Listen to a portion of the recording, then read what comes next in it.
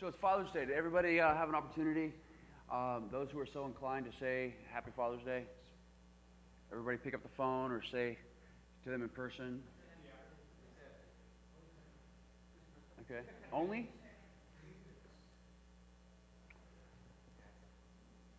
So it's really important. Our father's important. A good father's important. Or our father's superfluous, which means unnecessary. Huh?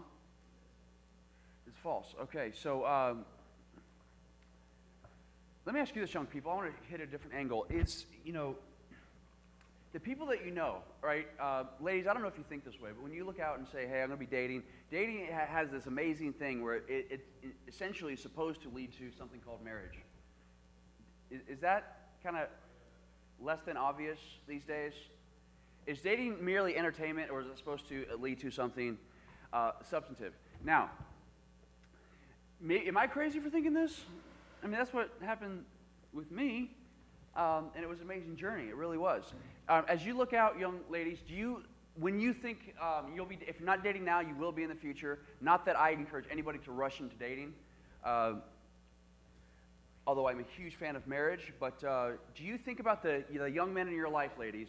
Do you think about, okay, which of these men, they may be hip, they may be cool, but which of them are wise? Which of them are wise? The idea of wisdom, when you do an analysis or assessment of young men that you maybe find attractive, but you go beyond attraction to think wisdom. Yes? No? Rebecca's giving me an answer. That's good. I appreciate that feedback. I like feedback, right? I like interaction, especially at GNL. Thank you, Oscar. Oscar's got it. All right. So here's the thing. Young men, do you think about wisdom when you're thinking about, hey, I want to one day be a father? I hope you young men aspire to that. Hey, one day I want to be a husband. One day I want to be a father. Are you thinking about right now what kind of father you want to be? What? The what father ever? The coolest father ever. That's good because, hey, not all fathers are cool. Now, can I hear from you? I want to hear your perspective, where you're at right now. What makes a cool dad? He's funny. He's got a sense of humor. He's willing to sacrifice. Jacob. He shows you goods and bad. What does he mean? Okay, he leads you through morals, through right, through wrong. Kind of gives you commentary on that. Nathan? Discipline? What about discipline?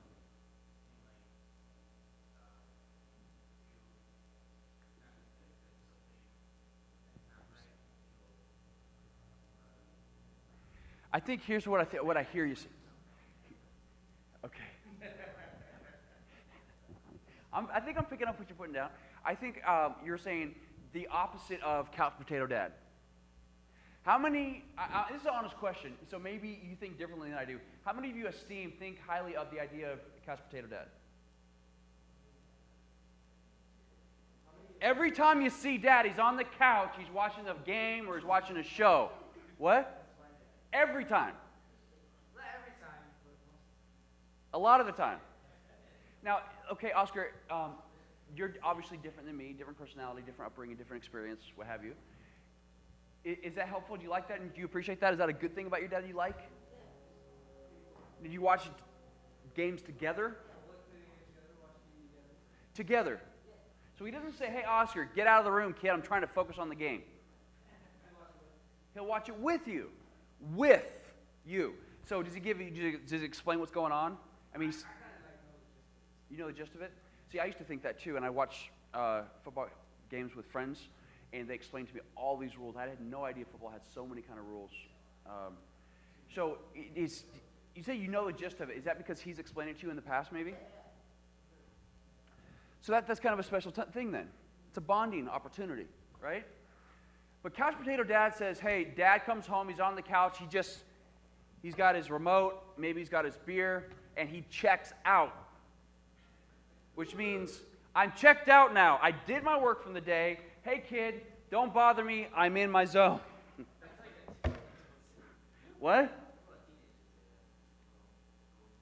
Okay, so there's ways for fathers, for dads to enjoy themselves, to relax, because dad needs to relax. Dads do need to relax sometimes, by the way, right?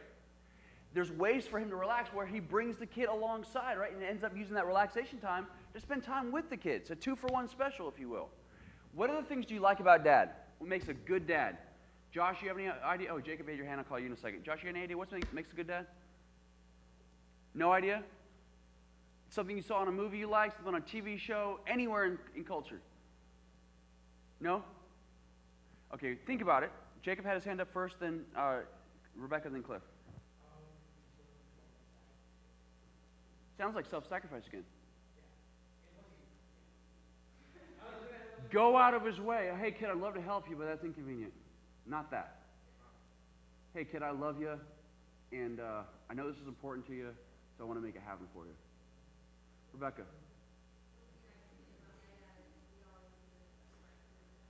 I'm sorry, he always...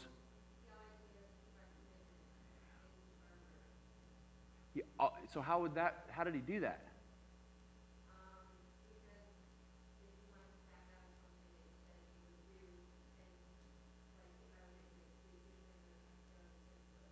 And you like that? Why did you like that, Rebecca?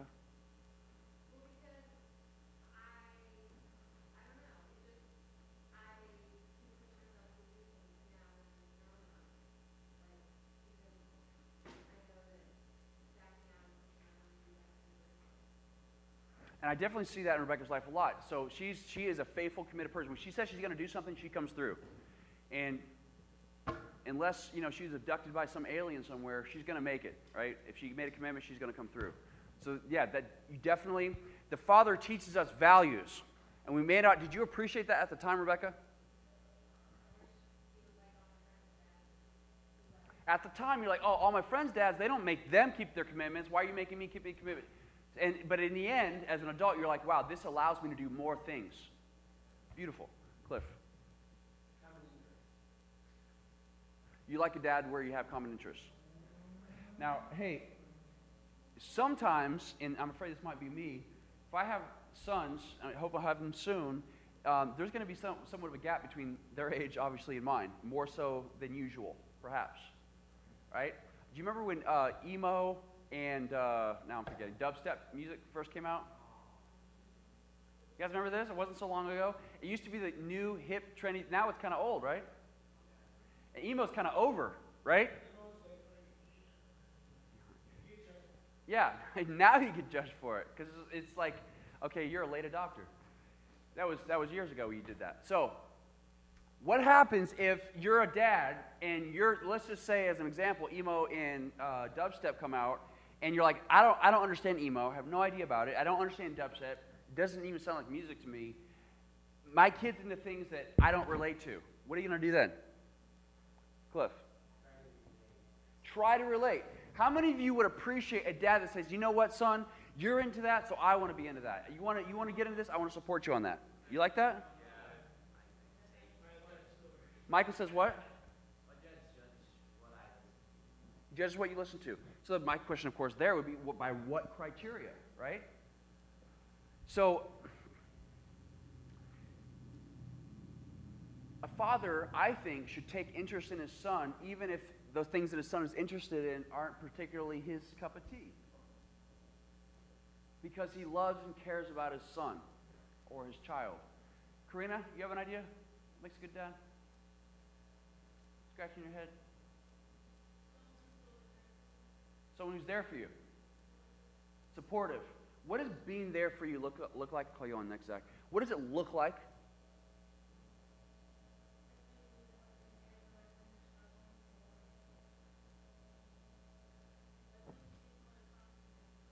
You need someone to talk to who can listen. Rebecca, does your dad ever spend time just listening to you? Was that good? Absolutely. Thank you. Around the dinner table. Zach. Punctual? How did he teach you that? Not exactly sure. I just know he instilled it in me in some way. Like 15 minutes is on time. That's what my dad said. Yes, yes, yes. And this is good, right? Yeah. So dads think about things. They teach you things you may not have even thought about yet. But he knows he's invested in you because he knows down the road these things are going to be important. And he's thinking about, your future success. So absolutely, brilliant idea. Anybody else who haven't called him yet? Now, why is obedience good?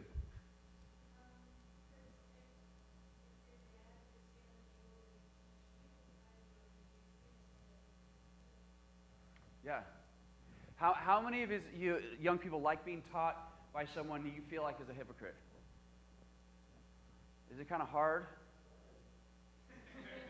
I mean, especially there's young people have a tendency, natural tendency, I'll say, to be rebellious, right, in some ways. So the idea of someone, I think, okay, he's a hypocrite, he's not practicing what he's preaching, it's like, it's hard to listen to. So yeah, definitely, we call that integrity, we call that consistency. Josh, you had one? He's good to your mom. Josh, brilliant. Really, that's huge.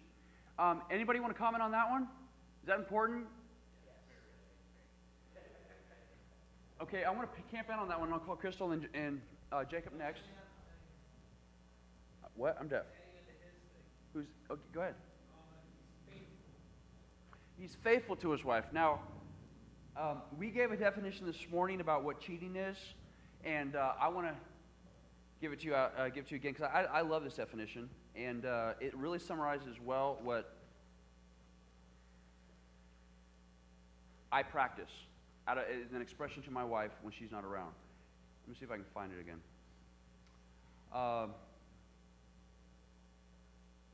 Cheating is treating a woman differently than you would if your wife was with you. Cheating is treating a woman differently than you would if your wife was with you. You guys catch that? What?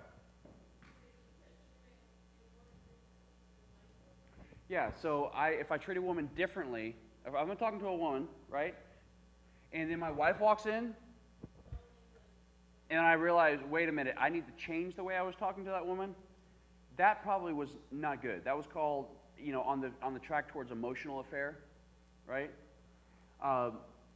If my wife walks in, first of all, I don't want to be alone in a conversation with a woman, do I?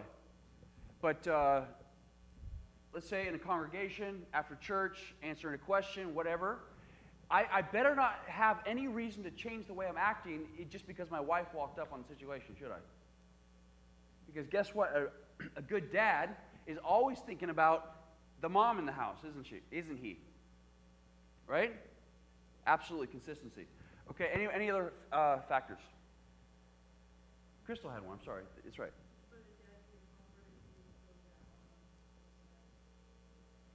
Yeah. That's a good one, Crystal. He's just, you fall down, he's just there to comfort you. Right? Right? He shows he cares. Hey, you hurt yourself, I care about that. It's not like, hey, kid, yeah, you stupid kid. What's the matter with you? What are you, a klutz? You know what I mean? Not that. Jacob? What? He's committed to what he believes in. These are all good. Now, can I ask you, ladies, because I really want to know, are these things important? Do you want a man like this, or is this for other people? What? It is important. Do you think good husbands and good fathers are just for those other people in life? Sometimes, young ladies, if you don't have a dad that raised you and says, hey, I love you unconditionally, girls that don't have that growing up, sometimes they have this thought, hey, I don't know if I'm worth loving. And so the idea is they settle. So I want to, because what I shared this morning I think is so important, parts of it I want to reshare here tonight. We're going to move quickly, and then we're going to switch gears a little bit, okay? So I just want to pick out some of the things I thought would be relevant to you young people. And I want to say, I used to say a lot here, broken homes is the single greatest problem we face in America today. Single greatest social problem we face as a nation. And I want to say this, to be more specific, I realize now that fatherlessness is the single greatest problem. To be even more specific, to peel back another layer, if you will. And I also want to say, I used to say, broken homes is the single greatest cause of poverty in our nation. But actually, to be more specific, I would say, actually, fatherlessness is the single greatest cause of poverty in our nation. I want to elaborate on that a little bit. So the two conditions for being a good dad: 1, you live with your kids. 2, you have a good relationship with the mom.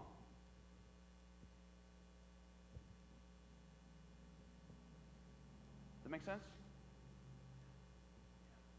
All right, so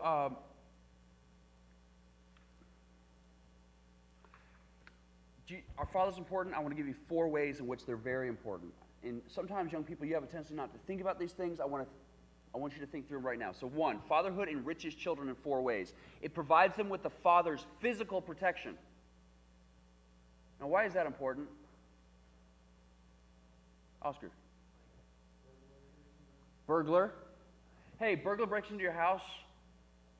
Don't you like just knowing, hey, Dad's going to handle that? What? Dad's going to handle that. Dad's got that. Isn't that the way it should be? He's the protector of the home. He's not like, hey, wife, will you go out there? Yeah, go ahead and grab the gun, but go see who's out there. Yes, Rebecca.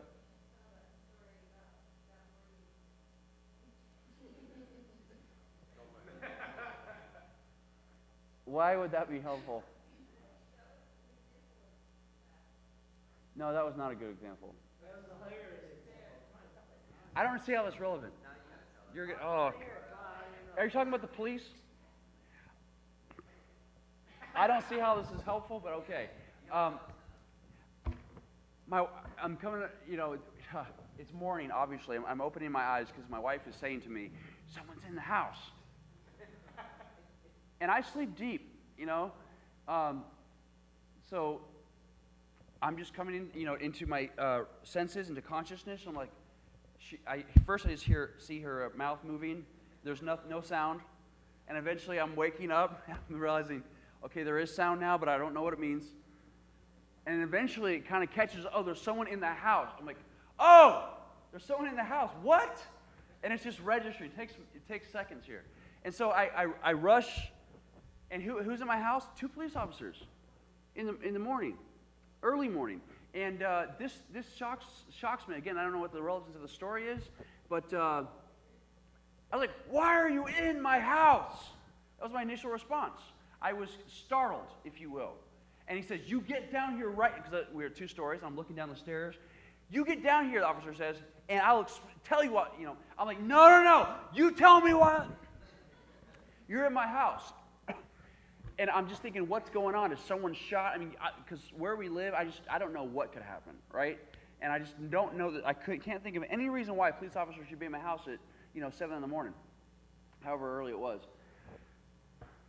Eventually, the officer realized I wasn't going to come downstairs until he answered my question. Am I leaving something out?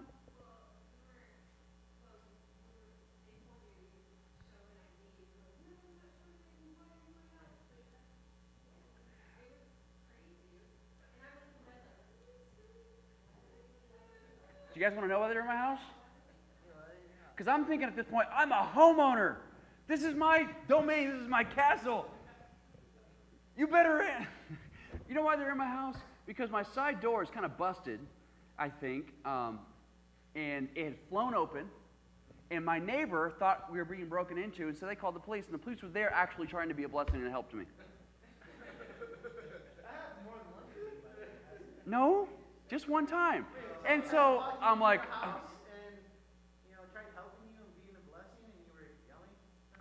okay, guys, we have a sermon we got to get done.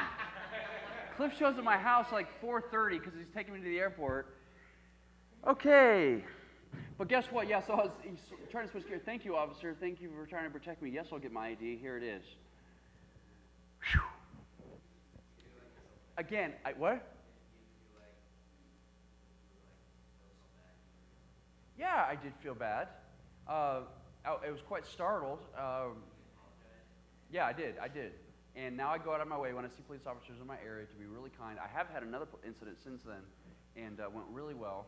I was able to express gratitude for the police officers and what have you. So, yeah, I felt really bad because my dad's a police chaplain. He would really have been upset at me. Yes?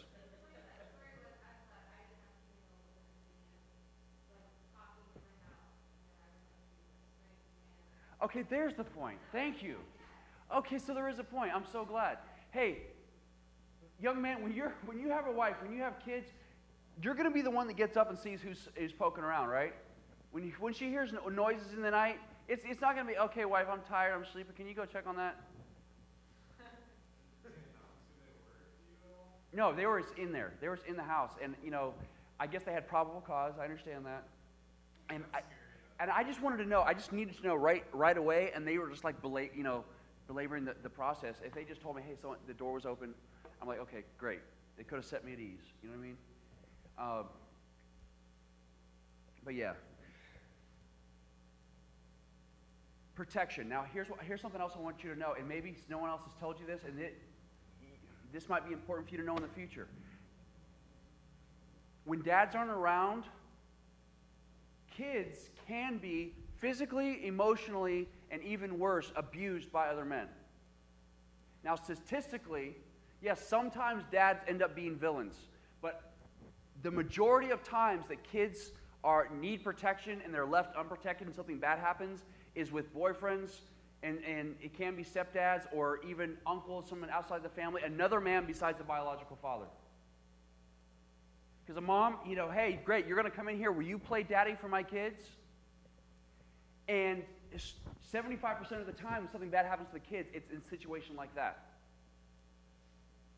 So a biological dad, who's a true dad, who loves his kids, he's going to protect those kids. He's not going to let anything happen to them, right? He remembers the day when they took their first step. He remembers the day when they tied their shoes for the first time. He remembers the day they first were able to brush their teeth by themselves.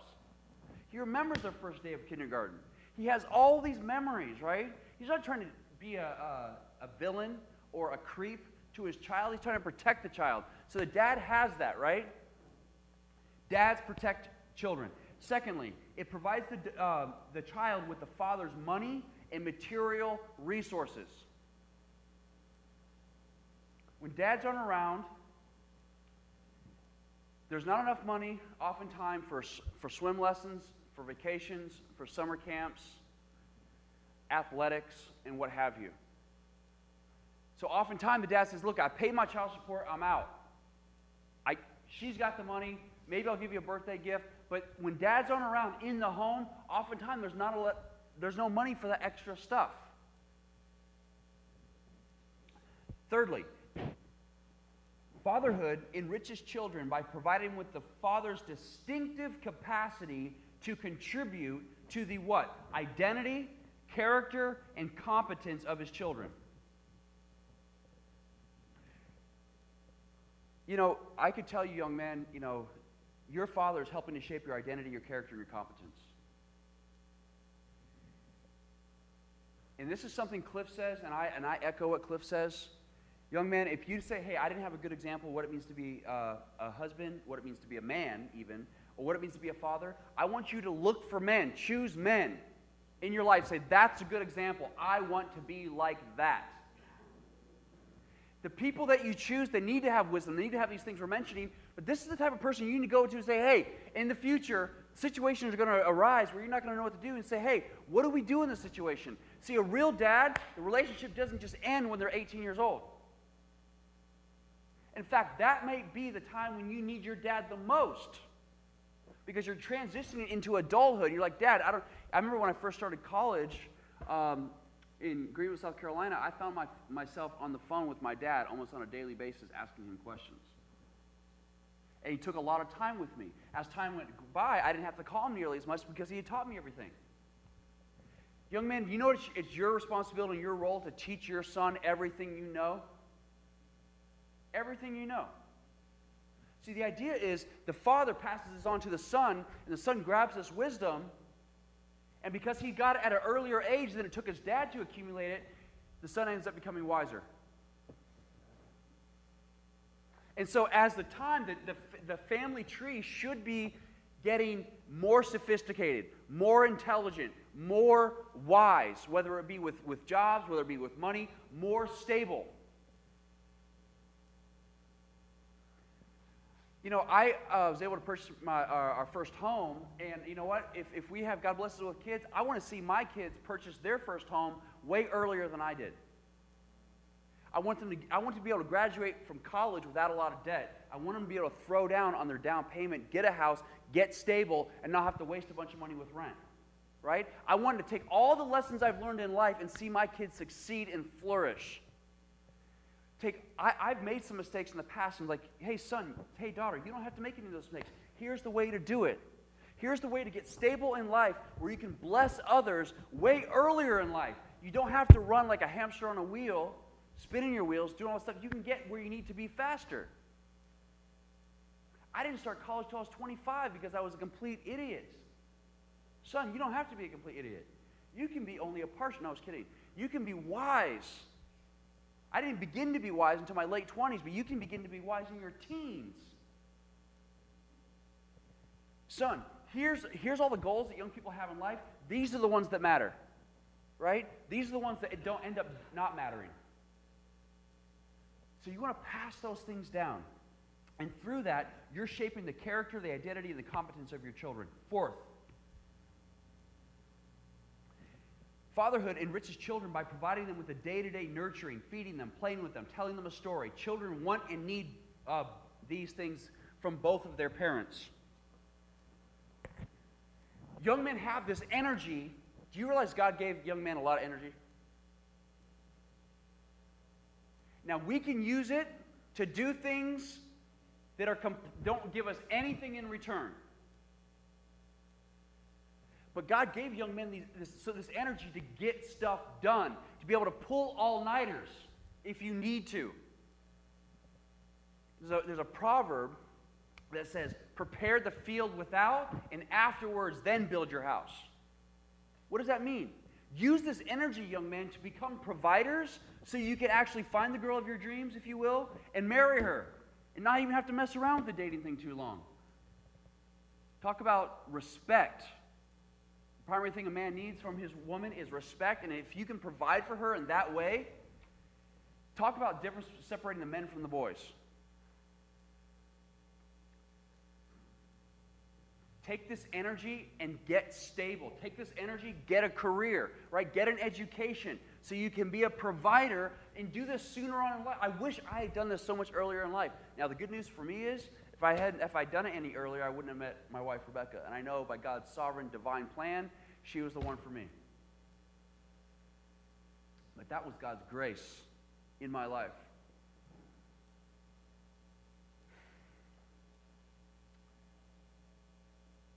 If young men don't take this energy and do something productive with it, it's like they take the energy and let it fall through their fingers.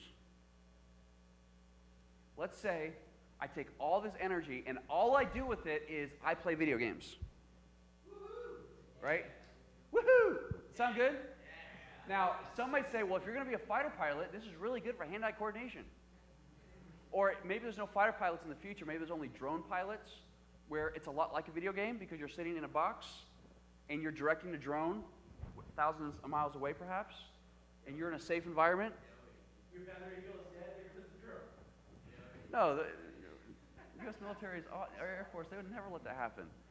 But hey, other than that, I'm just saying, hey, one of the ways to see if someone you're interested in is going to be a future awesome father is, what is he doing with the energy today?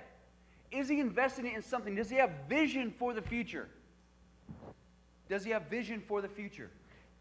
The primary source of violence in our society is young men who have this energy, who didn't have dads, who don't know what to do with it. 93% of the men in prison never had a dad. 93%. 90% of youth that are homeless, runaways, and arsonists have grown up fatherless. So that's violence. Prisons cannot replace fathers. They merely quarantine the consequences of fatherlessness. Protection. The escalating risk of childhood sexual abuse in our society stems primarily from the growing presence of stepfathers, boyfriends, and other unrelated or transient males. And that is not to say all stepdads are bad. There are some amazing stepdads. I had a conversation with someone this afternoon. They're talking about their stepdad. He came into her life when she was only 10 years old. That man today is approaching his 80s and is still a board member on his church. He's still teaching Sunday school at his church. He's been serving God all this time. And do you know what? This lady I was speaking with, she's now a board member at our church. She's in conversation over the years. You know who she talks about a lot? in conversation, she'll bring up her stepdad. You know why? Because her stepdad is a spiritual man, a godly man. And she's always talking about how he's learning new things or he gave her wisdom or what have you. That's a great legacy. Poverty. Fatherlessness comes from poverty. There's a growing refusal of fathers to spend their resources on their children. A lot of times, men, they'd rather spend the resources on themselves, like, you know what, I can either get a new pair of Jordans or I get diapers for the kid. You know what? Here's how I'm going to solve this.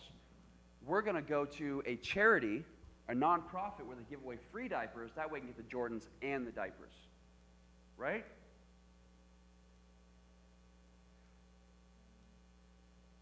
Is that a problem? Is that really someone who's needy? Or something that rhymes with needy, greedy? Okay?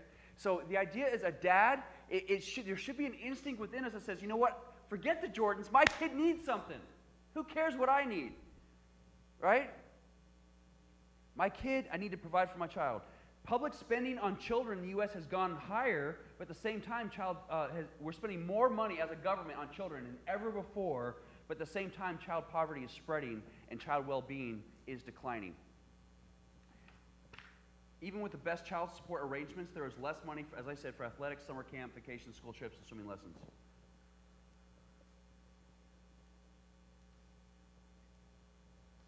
I want you to hear this, young people. Being a biological father only produces a child, but being a traditional father helps produce an adult.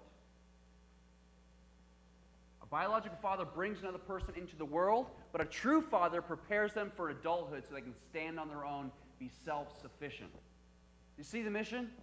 That's why the mission, young man, is not going to be over when your child turns 18. You're there to continue to give wisdom. What about daughters without dads? What's the relationship there? What's the effect there? Do you realize a father's love and involvement builds a daughter's confidence in her own femininity and contributes to her sense that she is worth loving? Do you realize, and I hear about this from time to time, young women who, they get in a relationship and they immediately hijack the relationship, they cause the relationship to fail because they never saw their dad, had a good relationship with their dad, they had baggage from their dad they'd never dealt with. And the result is, I can't imagine that I'm worthy of being loved. Daughters without fathers ask, what do I need to do and who do I need to be to find a man who won't abandon me as the men in my life and my mother's life have done? Women who have had good relationships with their fathers are less likely to engage in an anxious quest for male approval or to seek male affection through promiscuous sexual behavior. There's a sense in which some guys especially, they have radars, and they can tell, they can spot in a crowd of 100, they can find the women who are vulnerable, the young ladies who are vulnerable, who are needy in this way. And they know all they have to do is say, hey, you're cute, you're good looking, give them a few compliments, and the young lady will do whatever they want them to do. Why? Because the father was never there to fulfill that need, and they're out looking for it, to meet that need wherever they can find it. By the way, money shapes what you have and what you can do, but fathers shape who you are.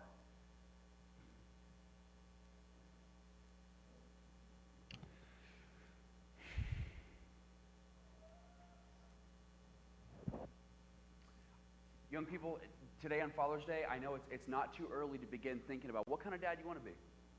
What kind of father? I want you to dream, to set goals, to be inspired. Hey, when I want to get my act together because I want to be able to bless my kids. You know, you think about it now. Hey, I want to be able to take my kids on vacation and do this or whatever. What would be an awesome vacation to take your kids on in the future? Oscar? California, where? LA. Now, wouldn't that be, you know what would be cool about that if I were you? What I would be thinking? To be able to be a dad and take my kids and have them experience that for the first time, right? Get to show them that, right? Because you know what you're doing when you're doing that, Oscar? You're making memories. Do you realize your kids are never going to forget those memories? You're going to have pictures, you know what I mean? That's awesome example. Anybody else? Awesome vacation. Michael. Washington, D.C. I remember the first time I saw the monuments, I was probably, 10 years old, driving down the freeway, and all of a sudden they start appearing on the horizon. I'd seen them in books in elementary school growing up, but the first time you see them in person, it's like, oh, wow, that's real. Right? Amazing. Great idea. I mean, Washington, D.C., to be able to show your kid that history, that our nation has a heritage, and you point up at the building and say, hey, son, what's that up on the building? Hey, daughter, what's that up on the building? Oh, that's God. Because our nation used to say, we readily confessed, in God we trust. You see, son, this is an opportunity to learn. Our culture, our society has changed. We were a great nation, but I'm just wondering what God's going to do here in the future when we have a nation that, it's an opportunity to teach, to show them, hey, we used to be a nation of God-fearers. Anybody else? Awesome vacation idea. Karina. Where? Bahamas? All come back tan, right? There's that one family member who couldn't make it on the vacation. They get in the family photo, and they're like, oh, there's the white person, right? Yeah, chilling on the beach. Awesome memories. Amber. Cedar Point, yes. Because, kids need to go to, what do you call those places? Amusement parks? When they're younger, because their bodies can handle it, okay? I've gotten to a place where my wife's body doesn't like the amusement park. I used to love it as a kid. I think my first one I was 12, right? Disneyland. The idea is the park's closing, but man, we've been here 16 hours and it's just not long enough, right? My feet are numb because I've been on them all day, but I have to go on the ride again, right? And guess what, Dad? Can we stay a little longer? Because guess what? The lines are shorter now. Yes. Good memories. Anybody else? Jacob. Up north? Maybe get a cabin, some quiet time, right? You're going to have to cross the bridge and say, hey, son, kids, guess what? Cell phones are out this weekend. We're doing family time. There's no one else on the planet more important than people gathered here right now. Let's focus on us, okay? And maybe for breakfast, you open up the scripture, right? You just get to love them. Hey, kids, what's going on? Let's just take space. We haven't had some deep conversations for a while. Here's what I want to cover. But I want to hear from you, son. I want to hear from you, daughter. This is where we're going as a family. These are some of the hurdles we have to think. Here's how I need your help, right? Amazing memories. Amber. Frankenmuth. Around the Christmas time? Yeah? Get a good meal. Go shopping. Because guess what? You're making memories there too because you're going to buy ornaments, right? And you're going to put them on the tree. And then years later, guess what? Those kids are going to remember those things. And those things are going to be very special. If you create a family tradition. By the way, creating family traditions is very important.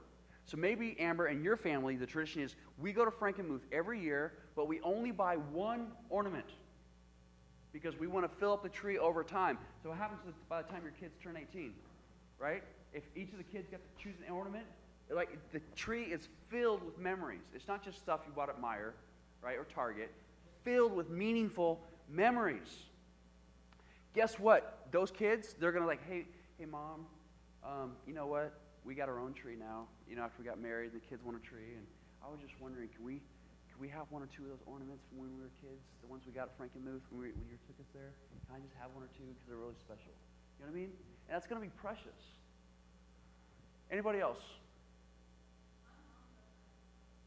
Your mom does that? See, moms think about these things. That's why we love moms. What? We are talking about dads, but moms, I'm not throwing moms under the bus. Believe me, it's a package deal. That's God's design is a package deal, which just so happens it's Father's Day. Canada, yeah, crossing the state line, right? Now you're gonna have to get your kids a passport, probably, but that's cool. I remember the first time my parents took me to Canada as a little kid. We went to McDonald's, right, and the prices were different. It was like, wow, right? That's amazing. Yeah, I mean, as kids, it's so odd. Don't miss out on that stuff because everything is in the big world. You get to show that to them, right? And that's precious. Amber, Chicago, beautiful city. Anybody ever been there? Yeah? I was super impressed the first time I saw Chicago. Clean city, beautiful. What? Love it. Amazing city. Yeah. That's a real city. No, they used to say that Detroit was going to be the new Chicago, but things changed. It was on its way, but then some things happened. I wish I had time to talk about that. Young people, guess what? I know I talk about family a lot, But guess what? Guess who designed family? Absolutely. Now, what's the alternative to believing that God designed family? A man and a woman coming together, having children, right? The alternative to that is we came from monkeys. And I'm not trying to, where did the monkeys come from? Well, they come from rocks. Well, where did the rocks come from? Wait, maybe I got this mixed up. I'm sorry. I skipped a step. Let's back up. They came from monkeys. Came from slime. That came from rocks. And where do the rocks come from? Nothing. So guess what? I'm going to suggest either way it takes faith. But this one, to me, has more intelligence, more wisdom, and something I believe. The Bible teaches. So guess what? God designed, he says, for this reason shall a man leave his mother and father and cling and cleave unto his wife, and they shall be one flesh. You doing that is super important. Your kids need to see that. Don't settle, young people. You haven't made a bunch of mistakes in your life yet. I made a bunch of mistakes, but God in his grace saved me from experiencing a lot of the consequences I should have. But guess what? You can have an amazing life with all these things. If you didn't have an amazing childhood, you're not satisfied with it, that doesn't mean you can't provide that for your children in the future. But you realize that the most dangerous time of your life is teenage years. That's why I say to young people, you've heard me say this, if you can just survive your teenage years, that's why I'm so glad that Gospel Nightlife exists, where we get to talk about things like this, and you get to be inspired about what your future can be. How many of you here want to have a future that is terrible? It's just like depressing. If I hear your future life story, I'm depressed. All these bad. How many of you want to have a future that's awesome, that's amazing? Yes? How many of you want a mediocre, normal, neutral, like just totally non-movie material life? Jacob? Rayanna, some of you do. I don't want anything eventful, but hey, guess what? Start dreaming of these things. And young people, look out at the adults who've gone before you and choose, hey, this person, if you have a good dad, praise God for that. Praise God for that. Carry on the things that he taught you, because you're going to be teaching those to your children, right? And if you didn't, choose men that you know, find men that can be your mentors and your examples, and say, hey, I'm going to be a man like that. And then seek to build a relationship with that man, right? What? Good men, wise men, faithful men, committed men, right? Men that are worth looking up to.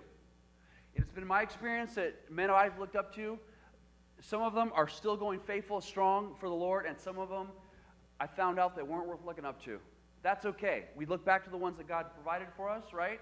The older I get, the more I appreciate my dad.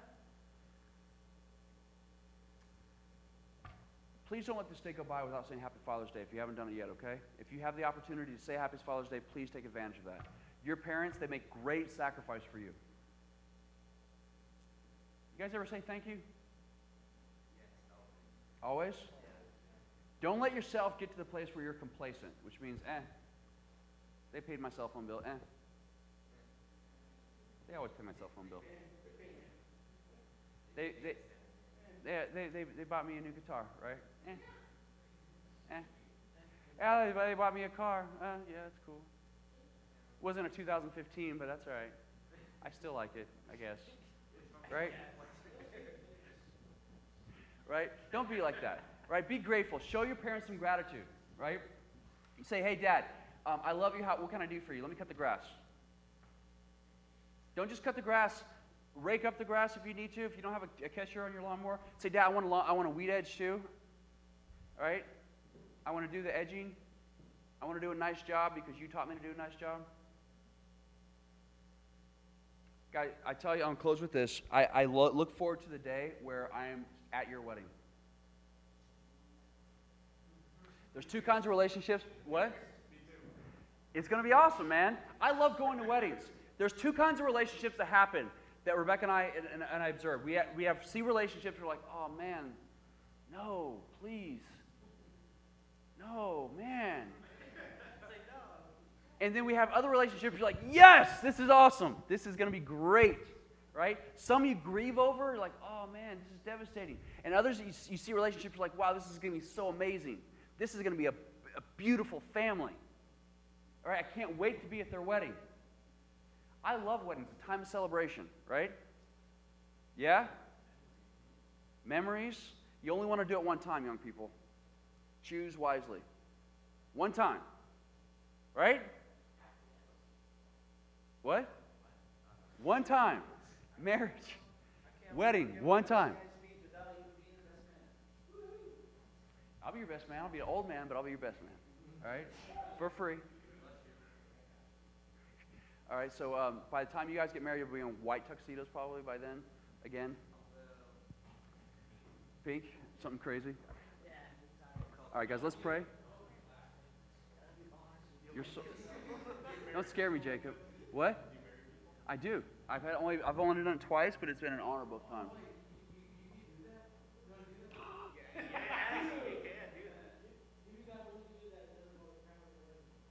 No, but I'll warn you, when I do weddings, I take it serious. I take it serious, and it's, you know, I've seen some weddings, the pastor or the officiant, it's kind of like he jokes all the time. I don't know if there's any jokes in my speech. I try, but I mean, I've had people after I did it the second time I come to me, he's like, wow, I've never heard that said about marriage ever. I'm like, that's right, because that's what the Bible teaches. Right? I'm like, this is serious what you're about to do. Now, both weddings I've had, you know, like I said, I get serious, and I feel bad for the bride and groom because they're like, when is this going to get over? And, but then, you know, so it just depends. I try to please. What? Yeah. Man, 5 years? 5 and 4. I don't want to marry anybody who's going to end up getting divorced. That's like baptizing someone who rejects Jesus later on. I mean, it's awful. I know one. Who's the other? Rachel and Ben. Rebecca's, yeah. It was an amazing, beautiful location. It was packed house. Jacob. 12 years this Tuesday. This Tuesday. Thank you. It's gone by so quickly, right, Rebecca?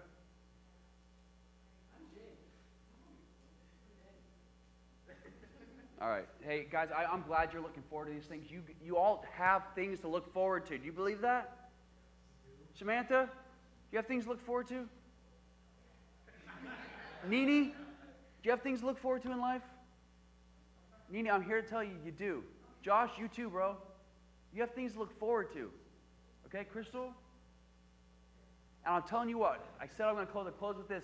God's plan for you is always the best life for you. All right? I mean that. I've tried the other way. Believe me, it's heartbreaking. It's depressing. It's full of despair. Please, save yourself the hurt and the heartache. All right. I want to pray a blessing. Actually, Cliff, will you pray a blessing for these young people?